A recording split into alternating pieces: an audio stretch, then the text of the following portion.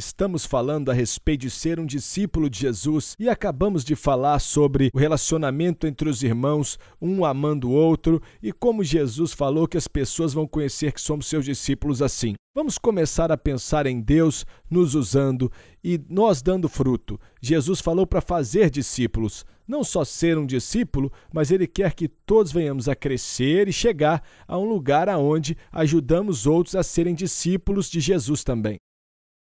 Uma passagem que arde em meu coração por muitos anos, Jesus em João 15 disse: "Vocês não me escolheram, mas eu escolhi você, para que você dê fruto e que esse fruto permaneça." Agora, Corey, estamos falando aqui do que é ser um discípulo de Jesus e é uma vida frutífera, né? Frutífera de duas formas. Em primeiro lugar, frutífero é quando o fruto do Espírito está desenvolvendo em nós. Nós somos pessoas de amor, alegria, paz, paciência, bondade, e estamos crescendo nessas coisas. Então é o fruto, né? É o caráter que desenvolve em nós. Mas também existe o sentido de dar frutos com Deus nos usando. Com certeza. E Deus quer usar toda pessoa. E eu chego a dizer, não importa quem você é, você pode pensar, mas eu?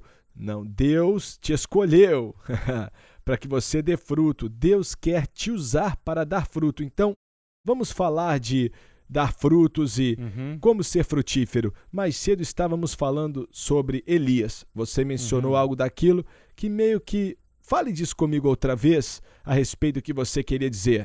Quando Deus chamou Elias para ir falar para o rei, deixar ele saber que não iria chover por o tempo que ele dissesse, né, que não iria chover de novo, até que eu diga, olha, depois daquele momento, Deus deixou Elias, levou ele a um lugar de solitude. Ele estava sozinho com Deus. Olha, e ensinou ele para estar lá. E quanto mais eu estudei esta passagem, mais eu entendi que havia um processo para Elias se tornar aquele seguidor de Deus que ele precisava ser. Olha, houve um processo de aprendizado. Então ele estava neste rio, falou assim, eu vou te alimentar. E usou os pássaros mais sujos, né, para vir trazer comida para ele, que é o corvo. E falou para ele assim, beba deste rio, deste riacho. Todo dia que ele bebia daquele riacho, o riacho começou a secar. E Deus não disse para Elias quanto tempo você vai ficar lá. E olha, Sammy, eu acho que podia ser mais tempo do que eu pensei quando eu comecei a estudar aquela passagem. Mas havia um processo na vida de Elias de aprender a depender em Deus naquele tempo. Ele estava crescendo durante aquele tempo. E eu acredito que o que estamos falando aqui é aí que Deus quer que cheguemos. Porque quando falamos de discipulado, existe uma passagem que quase nunca falamos dela. Acredito que é muito importante. Jesus falou, se você for encontrar sua vida, você tem que perdê-la. E é isso que acontece com Elias ali. Ele teve que perder sua vida. Ele teve que ir para o ribeiro e falar, eu não tenho esperança, não sou eu não tenho nada, mas Deus tem. E é naquele momento que ele estava em uma posição de ser usado no reino de Deus. Absolutamente. Pode falar. Sim, ele teve que chegar naquela posição onde ele estava vazio de si mesmo, da sua própria capacidade para fazê-lo.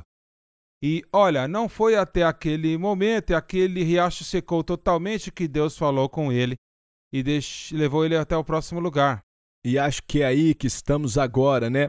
Nessa série, falando que temos que perder nossa vida para encontrar a vida dele, e fazendo isso, nos tornamos discipuladores. Nós então podemos ter um ministério frutífero, porque quando falamos de discipulado, mais uma vez, sempre voltamos para isso, não estamos falando de religião, não estamos falando de ser uma pessoa religiosa, estamos falando da vida. Sim. Então tem que haver a vida de Cristo em nós.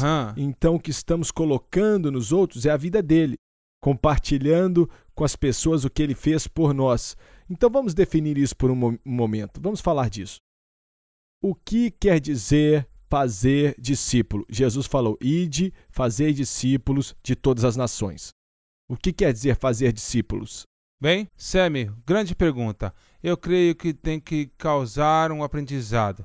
que através da vida e situações da vida, que nós estamos derramando nós mesmos neles, pelo que está sendo derramado em nós. Esta conexão vertical com o nosso Criador está agora se tornando horizontal através de nós e nossas interações com as outras pessoas. Então recebemos e Deus começa a operar em nós e começamos a compartilhar isso com outros. Algumas pessoas pensam assim, eu não sei se eu posso guiar alguém, eu não sou líder, não sou um líder e tal. Olha, eu tenho uma definição diferente de um líder. Um líder simplesmente é uma pessoa que está um passo à frente da outra pessoa. É, isso mesmo. Se você está um passo à frente de alguém, então você é um líder. E se você chegou a um ponto em sua vida aonde você cresceu, você não tem que ser um gigante espiritual. Certo. Se você está um passo à frente, na verdade, o que acontece é que algumas pessoas chegam tão à frente dos outros, ali não conseguem se identificar com eles. Então não podem guiá-los porque eles estão por lá sozinhos. E então guiar alguém e falar, olha, vamos andar comigo e deixa eu te ensinar. Sim. Eu vou te dizer, viu? Algo que aconteceu quando eu era um pastor na Alemanha, numa comunidade militar americana. Eu peguei 20 homens e comecei a ensiná-los como ter um tempo de oração. Aqueles homens começaram a crescer e, olha, Deus começou a usá-los, começaram a falar de Cristo com os outros. Mas chegou um ponto que eu falei, tá bom, gente, estou aqui toda semana me unindo com vocês, fazendo reunião com vocês e agora é hora de você chegar. Com certeza. E falei, eu quero que você faça o seguinte, olha, não. Aí eu falei, todos vocês, quero que vocês encontrem 3 homens. E quero que você, o que eu estou te ensinando, quero que você ensine esses 3. Pois vocês estão orando, estão encontrando Deus, crescendo na fé. Quero que você faça a mesma coisa com os 3. E falaram assim, não. Mas aí começaram a fazer e eu continuei trabalhando com eles, ajudando eles.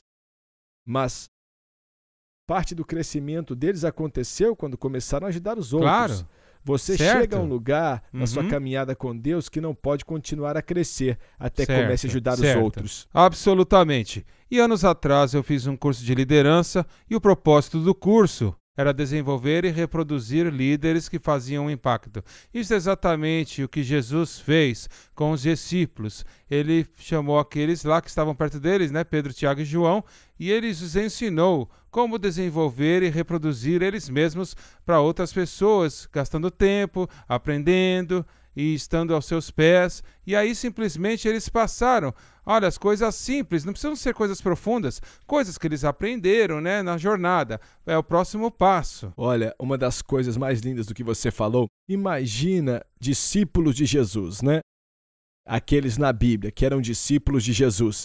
Eles não eram grandes intelectuais, não eram grandes eruditos, não eram os rapazes lá cheios de dinheiro, não é? Pessoas comuns. Pescadores, coletores de impostos, cheios de dúvidas, negaram a Cristo. Então, olha, são pessoas cheias de erros, cheias de falhas, vários problemas, mas eles se tornaram líderes. Por quê? Seguiram a Jesus e eles literalmente... Atos 17 nos diz que eles viraram o mundo de cabeça para baixo, impactaram o mundo deles para Cristo. Então, isso foi parte de todo o processo que aconteceu e quando entendemos que Deus quer usar cada um de nós. Ele tem um plano e quer nos tornar frutíferos. Ele te fez frutífero e sei que uma das suas maiores alegrias é ver pessoas crescerem em Cristo, não é? Absolutamente.